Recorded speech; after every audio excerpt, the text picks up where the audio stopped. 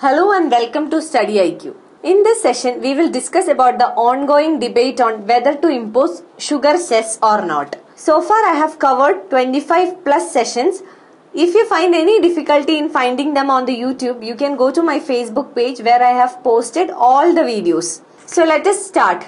Our topic is whether to implement the sugar cess or not. Before we move on to the topic, let us first see what is meant by a cess. Cess is a tax on tax. This is a tax which is levied upon tax. Here you must understand that this is for a specific purpose. And once this purpose is satisfied or fulfilled, usually the cess will be taken away. So this is a tax on tax which is imposed for a particular purpose or to meet a particular target, and after the purpose is accomplished, usually the cess is taken away. Example of cess is education cess. So we have seen that cess is imposed for a specific purpose, and now let us see why is this sugar cess being proposed. So there should be a particular purpose. So here the purpose is to compensate the cane farmers or sugar cane farmers. Why is this compensation required? Let us see what is the reason. The reason is that the cost is more than the market price, which means the cost incurred by the farmers is more than the market price. So because of this reason, farmers are in distress. This has given huge loss to the farmers. So loss is incurred by the farmers, and in order to compensate this loss, the government is planning to bring sugar cess. This is proposed by the Ministry of Consumer Affairs, Food and Distribution. So it is proposed by the Ministry of Consumer Affairs, Food and Distribution. The proposal is 5% of cess, and here you must notice that this 5% of the cess is outside the purview of the GST compensation cess. What is meant by the GST compensation cess? Let us see. Compensation cess. The compensation cess comes under the purview of GST. So this is under the GST. And what is the purpose of establishing this compensation cess? This is to compensate states. So compensation cess, as the word suggests, this is to compensate something. So whom does it try to compensate?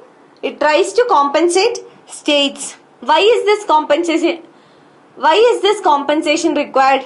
This compensation is required for those states which will have a revenue shortfall because of the implementation of GST. So if you clearly know what is GST, you will know that because of the implementation of GST, some states have compensated in their revenue. So some states are receiving lesser revenue now. So there is a revenue shortfall for the states. In order to compensate this revenue shortfall, the government has introduced the compensation cess. So under this compensation cess, 28% of tax slab is given for certain commodities. And what are these commodities? These commodities are luxury goods and demerit items. Luxury and demerit items. Demerit items like the tobacco. So these has given a 28% tax slab, and this compensation cess is to compensate the states with regard to the revenue shortfall because of the implementation of GST. So coming back to our topic, that is sugar cess. A point you should remember is that the implementation of the sugar cess will require a special law. Why is this special law required? Because all the cesses has been subsumed under the GST. So when the GST was implemented, all the cesses were subsumed, because to bring a uniform tax structure in the country, all the cesses were subsumed. So if this sugar cess has to be implemented, then it requires a special law to be placed in the table of parliament. Special law here means that an act of parliament is required. So the parliament has to pass this act. And what would be this act? Since this is concerned with the finance, this is a finance act, or a finance bill has to be presented in the parliament, and this has to be passed by the parliament to make it a finance act. Now the ongoing debate is whether to cess sugar or not. So this is the ongoing debate, and GST Council has already discussed this, and the GST Council has appointed a 5-member body to look into this matter and give recommendations to the GST Council. So 5-member body has been appointed, which includes finance ministers of 5 states. So this committee has to study this issue and then give a report to the council. So you must know what is a GST council. Let us see what is GST council. GST council is very important, not only from the point of view of this topic, that is sugar cess, but otherwise also GST council is very important for any examination, especially those who are preparing for the UPSC examination. This is a very important topic. And the first thing you must understand about the GST council is that this is a constitutional body. Constitutional body means this has a place in the constitution, or constitution discusses about the GST council. So this is very important. The article 279A, this is the article which deals with the GST council in the constitution. In the constitution, article 279A discusses about the GST council.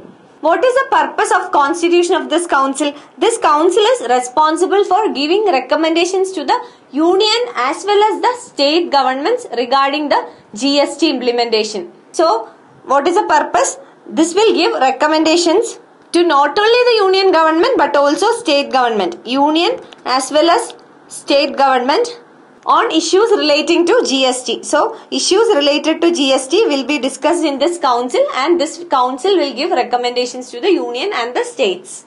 Let us see what is the composition of the GST council.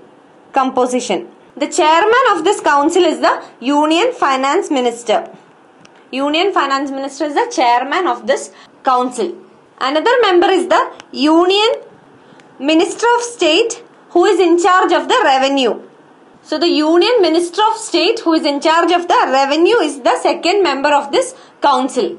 And thirdly, all the states and union territories with legislative assembly. So states plus union territories with legislative assembly, that is Puducherry and Delhi. They can nominate one member from each state or union territory. So one member is being nominated from the states as well as union territories with the legislative assembly. So mostly this will be the finance ministers of the concerned states. Finance minister or minister in charge of the revenue. So here you must understand that there are 2 representatives from the union. So there are 2 representatives from the union. One is the Union Finance Minister, who is the chairman of this council, and secondly the Minister of State, who is in charge of the revenue of the union. So these are the union representatives, and from each state and union territories with legislative assemblies there is one representative each, and which will be mostly the finance minister of the particular state or the union territory. So let us see how is the decisions taken in this council. So decisions in this council is taken by majority. And this requires a 3/4 majority. So what is the majority required? It is the 3/4 majority. And one thing you should remember here is this is based on the weightage. Weightage has been assigned, and according to the weightage it must have at least 3/4 majority to make a decision. If we see the weightage, the union has been given 1/3 weightage. Union 1/3 of weightage, and states 2/3 weightage. So this is the weightage given to different members, and according to the weightage majority is taken and 3/4 majority is required to make a decision. I hope GST council is clear for you, and this is a very important topic from any examination point of view. Now let us look at a multiple choice question, an MCQ from the GST council.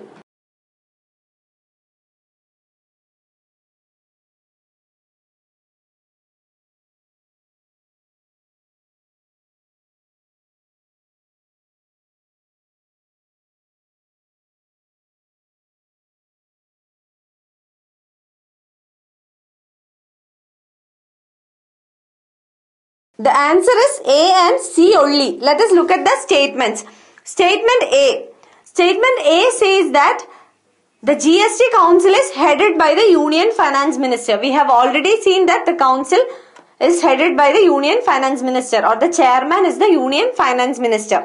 Coming to the statement B says that the decision is made by consensus. No, we have already seen that it is taken by the majority. A 3/4 majority is required to make a decision. And this majority is according to the weightage assigned. Statement C says that GST Council is a constitutional body. We have already seen that it is a constitutional body under the Article 279A of the Constitution. So we have seen that the GST Council has appointed a 5-member committee to study this issue and then come up with recommendations.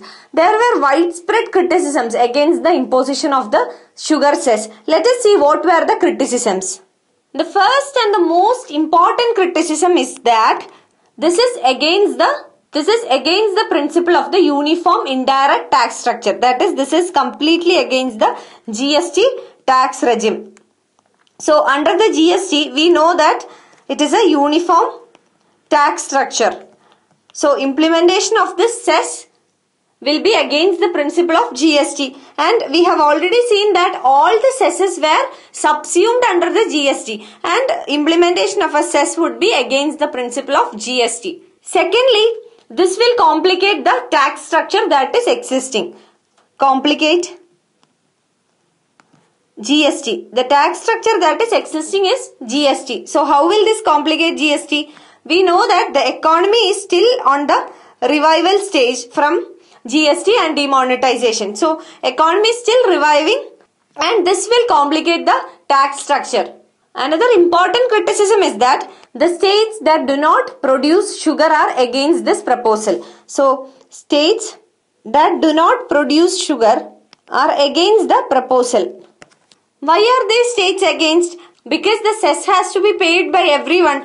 This means that the individuals or households from these states also will have to pay cess, but they will have no advantage. These states will not get any advantage or portion of the cess paid by the taxpayers of that state. So everyone will have to pay the cess, including from those states where sugarcane is not cultivated or sugar is not produced. So what happens is that they will not, or the states will not get a portion of the cess. So they will have no benefits or advantages. That is why the states are against this. And if we look at the sugarcane producing or sugar producing states, for example Karnataka, they are also against this move or against this proposal. This is because this will be complicating the GST tax structure. Another criticism is that farmers who produce other crops other than sugarcane, they also will start demanding for different kinds of cess. So farmers' demand and agitation will increase. So farmers who produce other crops also will demand for newer cess, and that is not possible also. In fact, during the GST Council meeting, the Finance Minister from Kerala demanded for rubber cess if this is implemented. If sugar cess is implemented, he demanded for rubber cess. Also, the Finance Minister from Andhra Pradesh demanded for cotton cess.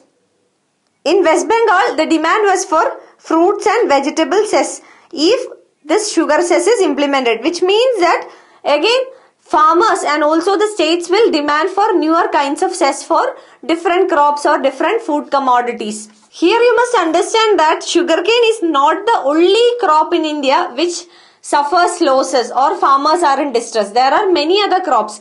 If this cess is implemented, farmers and the states also will demand for newer cesses, and that is practically impossible for the government to implement cess for variety of commodities. Again, you must understand that it is around 7,000 crore rupees which will be collected from the cess. So an estimated amount nearly 7,000 crore would be collected from this cess. So another criticism is that this amount can be taken from the union budget itself. And these are the major criticisms against the sugar cess. And when we go through these criticisms, we must understand that these are not merely criticisms. These are practical realities. So each criticism is very important. This must be taken into consideration while giving the recommendations for the sugar cess. So if in case sugar cess is not implemented, what can be other things in order to revive the sugarcane farmers from the distress? We will look at some suggestions. Any farmer, whether it be sugarcane farmer or vegetables and fruits cultivating farmers, any farmer require far-reaching reforms. We have seen that cess is only for a specific period and for a specific purpose. So this is a short-term measure. Cess cannot be implemented for lifelong or for a very long period. So this is for a specific period and also for a specific purpose. And if government implements cess to help the sugarcane farmers who are in distress, what will happen in the next cropping season? If the same thing happens to the farmers in the next cropping season, then also the government cannot implement another cess. So what is required is far-reaching reforms, not temporary measures. Another suggestion is that the fundamental issues should be addressed. So what are the fundamental issues?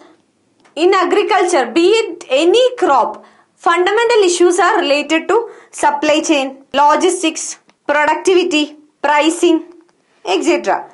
So these issues should be addressed.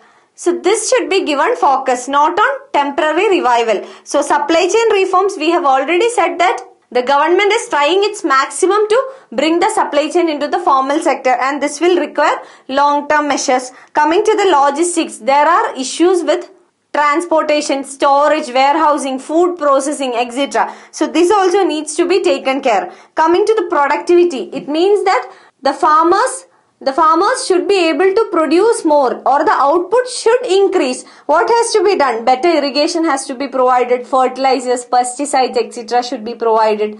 Again, modern technology should be adopted in the field.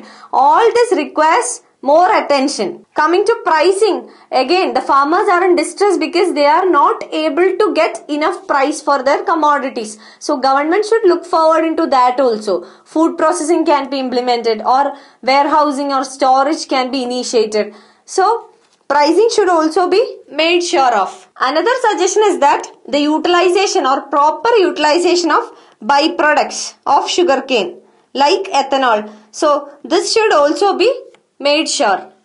In agriculture, be it any sector, not only sugarcane, every sector requires long-term measures. And focus must be given on increasing the productivity, supply chain reforms, logistics, etc. So only this can ensure doubling of farmers' income. One of the objectives of the government is to double the farmers' income. So if doubling of farmers' income has to really happen, long-term measures must be given importance, not the short-term measures.